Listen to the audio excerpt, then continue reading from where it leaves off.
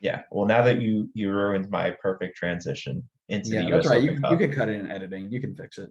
No, no, I'm not gonna fix it. I want them to know that you ruined my perfect transition.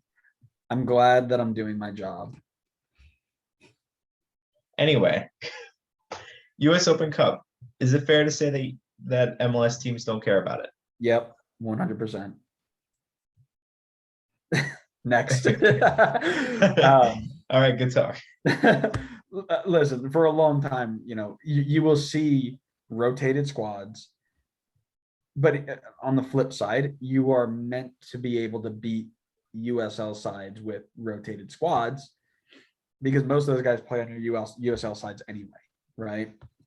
I'm going to see if I can find some US Open Cup data here. Yeah, I got a couple of the games here. So I think there were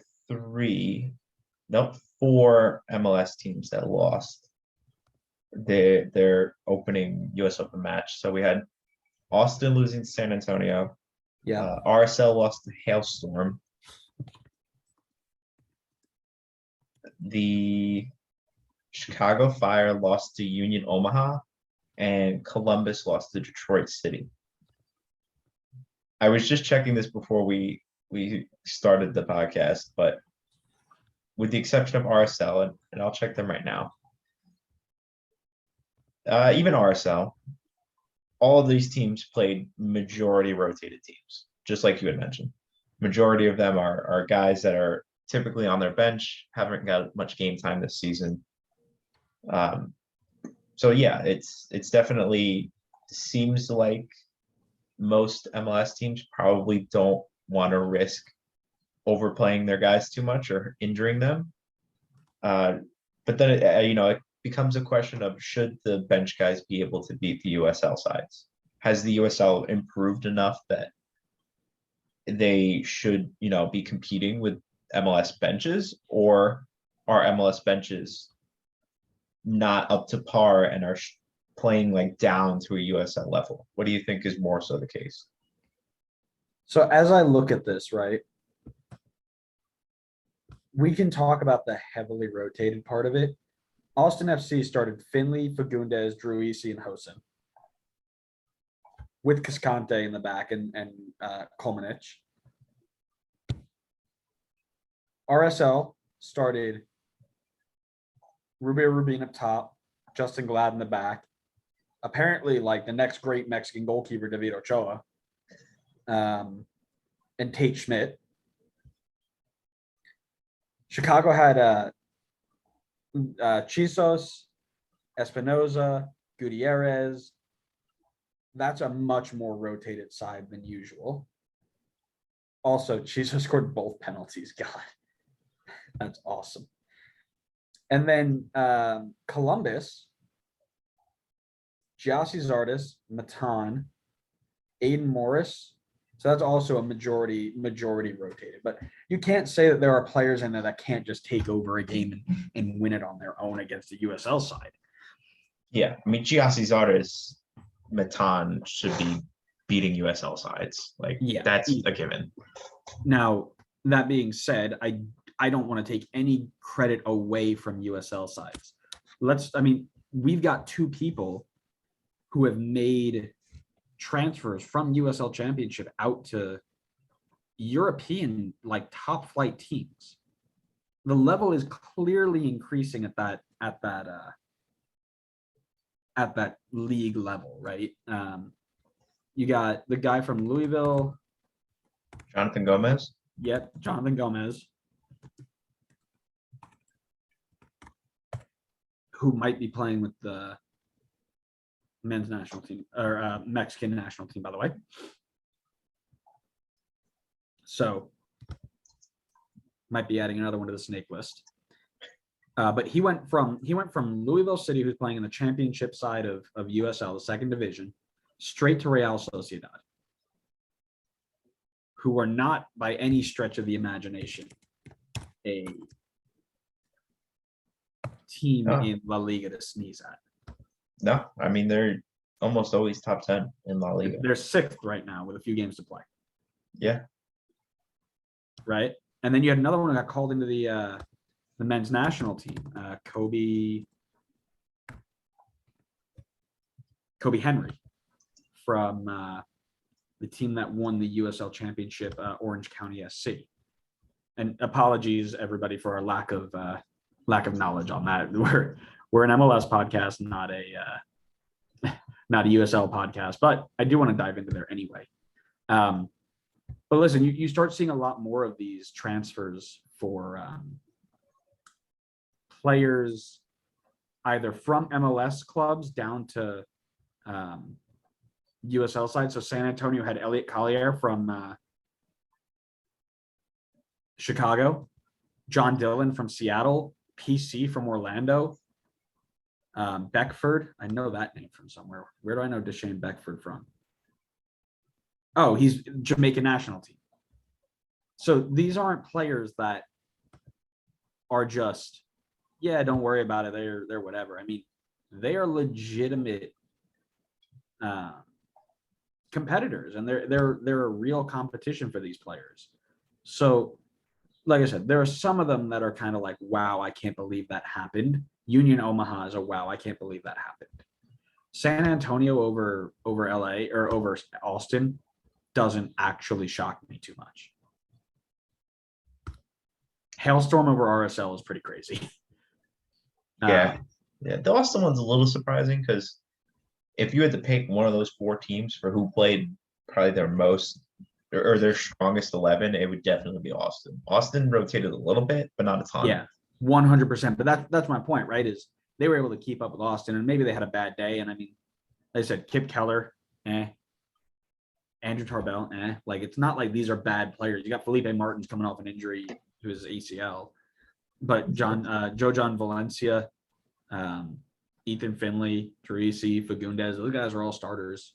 Colmanac, Hector Jimenez has been playing consistently, and they subbed on Gabrielson, Pereira, Maxi Arruti, John Gallagher, Rodney Redes.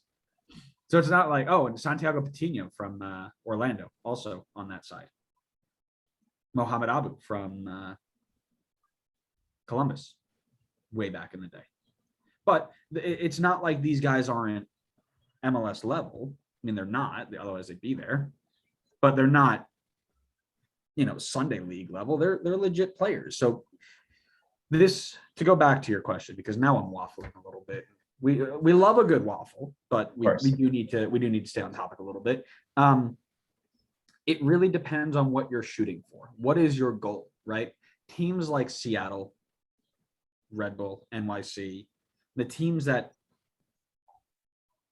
strive to be the most successful all the time, LAFC, all those big spending, big name teams will want to do well in this tournament and try and get a deeper bench to make it happen. Teams like Austin, I don't think, necessarily care too bad. Because at the end of the day, like I said, Real Salt Lake are still working on how to get their team like a consistent playoff team. Austin are in year 2. They're trying to get just some stability, right? Chicago, I mean, we talk about them all the time, right? Columbus is the one that I would be worried about the most. Antoine Hopino playing for Detroit City, and Declan Wynn. Again, another team that has some legitimate depth here.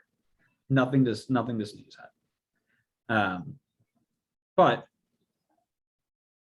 again, I would be most worried about Columbus, but it's all about what the layout is, right? Remember when you start a FIFA career and it's like you got all these objectives you need to hit.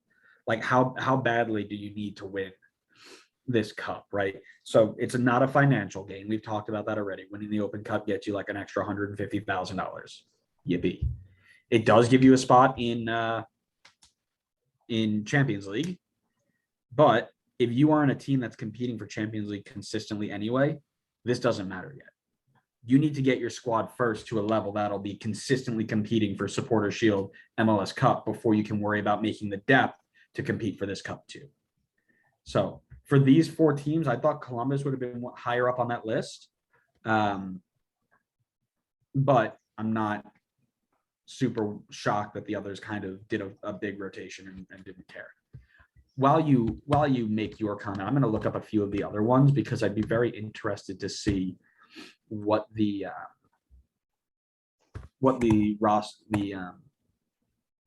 sorry, I'm losing my what the lineups for the other MLS teams look like. Yeah, So I was actually going to pose a question to you. So, do you think that these US Open Cup losses for these teams, I would say with the exception of Austin, have really more so shined a light on the struggles of these three teams, as opposed to this being like, wow, I didn't see this coming.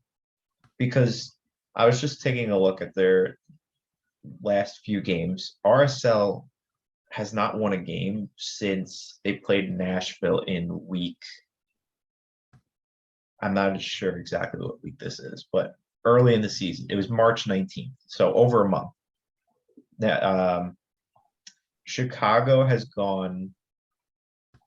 Let me pull it up again. Chicago has not won a game since also March 19th against SKC. And Columbus hasn't won a game since week 3 on March 12th. So 3 of these teams have not won a game in over a month. Do you think this is more so surprising that they lost, or is it more so just now shining a brighter light on these teams who are really just struggling? I think it's probably a little bit of both. I think it's more exception to the rule. I mean, you got teams like San Jose that are absolutely ruining, base cities, whatever. Christian Dean, I thought you were tired. Man, we're all right. Offline, we are just diving through all of these teams because there are so many former MLS players that I thought were long gone that are now playing other places. I think it's more like I said, it highlights definitely some issues, right? If you are a team that is losing to a USL 1 side, that's third division, yeah, that's an issue. That being said, I think there is enough talent in all of your MLS sides to be able to deal with something like that. Yeah, I think that's probably a fair point. I think maybe the Columbus game is not as surprising. I think Detroit's in USL Championship, if I'm correct, right? Yes. But RSL losing to like Hailstorm, who is a USL 1 team who's currently in 10th in USL 1 as well. Granted, they have a game in hand.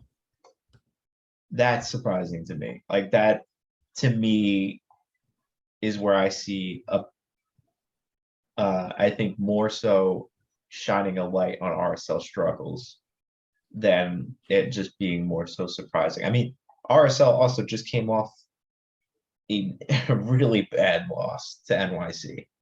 I think it was 6-0. Yep. I mean, going into the season, we thought they were going to be bad. They looked bad on paper. Maybe now they're just finally showing their true colors. They just hit a good run of form at the start, and because they just have not looked good. I mean, they got the draw against Portland in Portland, which is pretty good. But I think they were home against Hailstorm too. And yeah. that's the game following up the 6-0 loss against NYC. You would think, if anything, they had to be motivated to, try to help forget about that 6-0 loss. And losing to a USL 1 team is not going to help with that. So, yeah, I think I agree with you. I think it's a little bit of both, but I do think that these teams are in a really bad run of form, and I think this shines a light on it more than people probably had realized. Yeah, I think that's a good point. Like I said, I don't take anything away from what the USL sides are doing. I think teams like San Antonio have built good squads full of former MLS talent that are competing well. I don't take anything away from those teams, but the ones like Columbus and Chicago are a little bit more concerning to me.